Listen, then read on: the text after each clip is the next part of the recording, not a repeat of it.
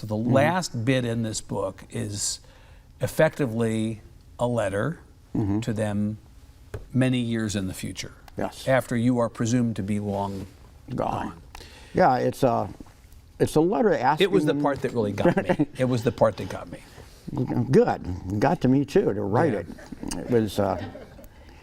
It's a letter to Timmy and Tad that on my 100th birthday I asked them to do something.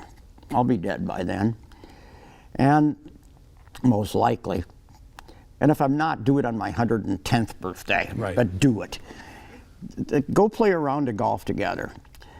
Just not as golfers, but for the quietude and the time together, the walking, and feel the joy of your feet treading on the ground beneath you, and feel your own trajectory through life, which is short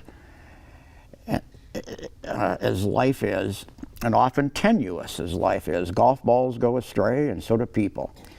But feel that this is something and pretend that I'm with you. I won't be. Have a couple of drinks afterward, share a few stories about your youth, maybe even about me. Although my memory by that point will be very faded. Yeah. If they remember at all, that's hard to, much of my childhood has evaporated. I don't remember much. But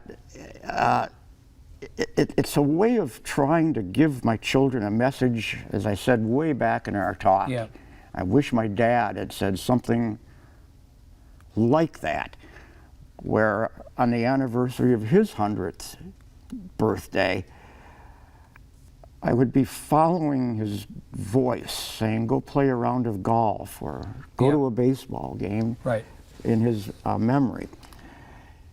That I think I do live in fear of being forgotten by my own children. You won't be forgotten. I mean, the thing about this book is that you were not going to be forgotten anyway, but the accomplishment of this book is that I think it rose to meet the goal. You hit it. Good.